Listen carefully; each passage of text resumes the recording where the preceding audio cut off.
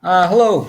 This is the bio analyst who only does one stock at this point. How's it going, guys? Last time I did this, I think I said I'm probably not going to do another one. I don't see much point. I think I'm just repeating myself. If you're new to ARDX, go back and look at all the old videos. I think I made my first video last summer, so around August 2023. I started buying in at the early summer 2023, when it was not at the low, but it was coming off of the low. And have made probably 5 or 6 videos about this. Right now, ARDX is by far my biggest holding. I'm pretty in the bag. I'm not going to go through all that again, but if you go find the old videos, you understand where I'm from. The reason I'm doing this video, a couple reasons. One of the people on StockTwits had said it was maybe time to do another one. Okay, if you ask, I'll do it. And also, there are two interesting things that came out recently. So, in addition to the approval, which I put that at 99.9% likely it was going to be approved. I think the street figured it was going to be approved too. So that part of it, there's nothing new there for me. It was approved. I think the interesting thing, if I'm going to waste your time by talking to you or at you, the interesting thing is that the price. So, if you look on it right now, it's been fluctuating. It was about pre-approval. The low range was 320, high range was maybe 410. But usually it dipped around 380. So you say 320 to 380, $3.20, 380, $3.80. And then after the approval, it came up. The low range was about 350, and then it was going around a little over 4. And then just on Friday, you see it jumped up about 440. I think part of that is the market is starting to come back. The bio market is starting to come back. The larger market is starting to come back. The inflation seems to be under somewhat control, and there's some sunlight on the horizon. So I think so. The point of all that is right now, if you look at it and you look at all my videos and you look at what some of the people who are convicted longs, bullish longs are saying, it's like, well, why isn't the price higher? If you think it's going to be, I think it's going to be bought out around 10 billion. That's what I think. 8 to 10 billion. I think it's a steal at 10 billion personally, but I think 8 to 10 billion. And if you think about that, that's a $40 share price. I think by next year this will be at 20 at some point relatively quickly. And you might say, well, if it's at 4 and it's struggling from 350 to 4 up until the end of last week, how can you make that justification? That's what I'm going to tell you right now. So in the remaining time that I have, I think that Piper Sandler is catching on. This is a really interesting document to me because this is 15th of November. So today's the 18th. So as of now, this is the 15th of November. I've been making videos on this for a year and a half. Other people have been in it for 3 years, longer than that. This is them starting to see the market starting to realize the potential. Okay, so in here he says a few big points. Big time disconnect between nephrologist projections and street expectations. Here's his expectations, or the Piper Sandler expectations. So they were saying somewhere around 50 million next year, 166 million the year after, 312 million by 2027.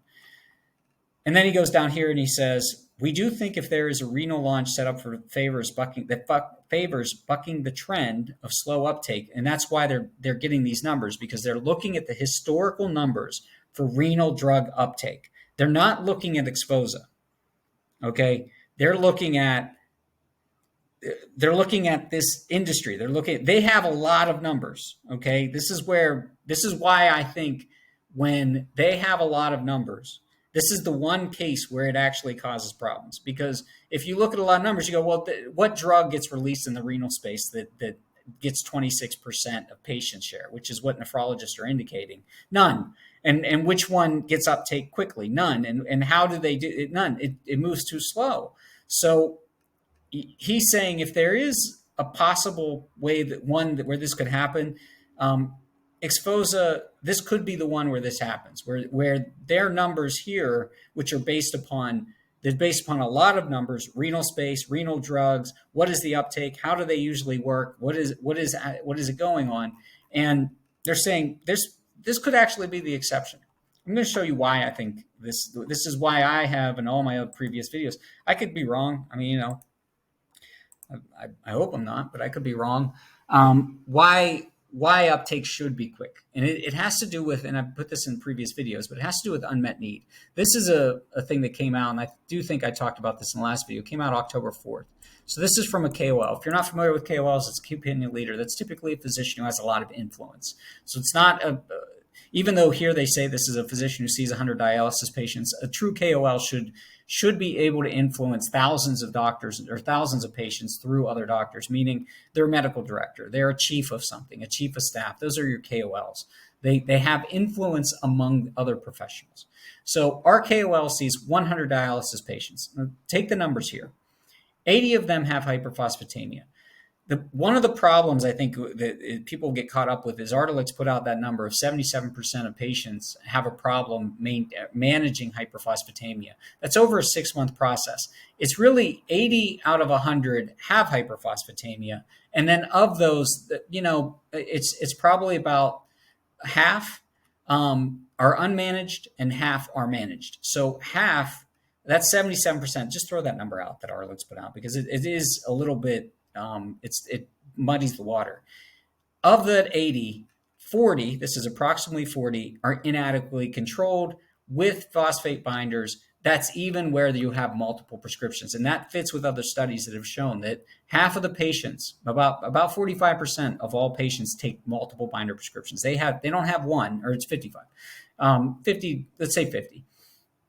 They don't have one, they don't just have Sevelamer. They have Velphoro, Orexia, some generic. They have something else in the second line. Okay, this is what he currently does with his patients, and then he has some that of that 40, they're not managed, where he tries to do a third, but he doesn't want to add a third line because the pill burden's already too high here. Studies have shown that once they get the second line, a lot of them don't even take these.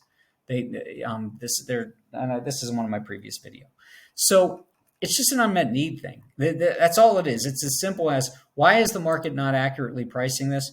Because the market, meaning these folks, the Piper Sandlers of the world, they're looking at how quickly does a drug usually get picked up? How what happens? I don't think, and they're starting to figure it out, or at least I think they figured it out a long time ago. They're starting to actually talk about it. They figured it out before. And then that's why you've seen such heavy shorting, and that's why I think what you're seeing is a lot of accumulation. They're trying to both short it, make money through the shorting, and to accumulate at a lower price because they know it's a very valuable drug. So at $4, let's say right now, the middle range right now is about $4, because it was about $4.50 on Friday, $3.50 earlier in the week. So we'll put it in the middle. The average share price right now is going to be around $4. I think that's 1/10 of what the value is, because you have 200,000 patients who are not able to be managed with phosphate binders. Of those, in order to reach $1 billion, you don't need 200,000 of them. You need 20% of the total. At 100,000, you're getting way up there. To get to 2 billion per year in net is not going to take. I don't think it takes 2 years or 3 years. I think it takes a few quarters. I think it takes into 2024 is when this happens. So this is a very interesting document. I would recommend you read it. It is the Piper Sandler survey for Exfosa. I believe that the market, I don't think they put these out, meaning they figure this out, then they do a bunch of stuff with their clients, and then they start publishing these things when, if you're getting this later, then you're starting to get the information a little bit late. As this starts to happen, I see at least within the next 6 weeks, there's going to be some jumps, or the next 2 months. And then I think it'll be bought out in Q1 or Q2, because if it isn't bought out, this is going to rock It's going to rock it either way. It's going to rock that market either way. But um, they have to get in there fast because once it gets up, the buyout price is going to be exorbitant. Anyways, that's what I think. Take a look at those two docs. They're really great docs, and I'm going to keep this short. Again, I probably won't make another one of these. I don't. I'm in the bag on this. This is not investment advice again, but I think you're going to see some interesting things happening shortly. So, best of luck, guys.